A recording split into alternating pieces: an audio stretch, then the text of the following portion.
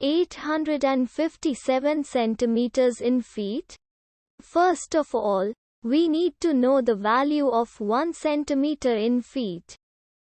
It's always 1 centimeter equals 0.03280839895 feet. Now we have to multiply 0.03280839895 by 857.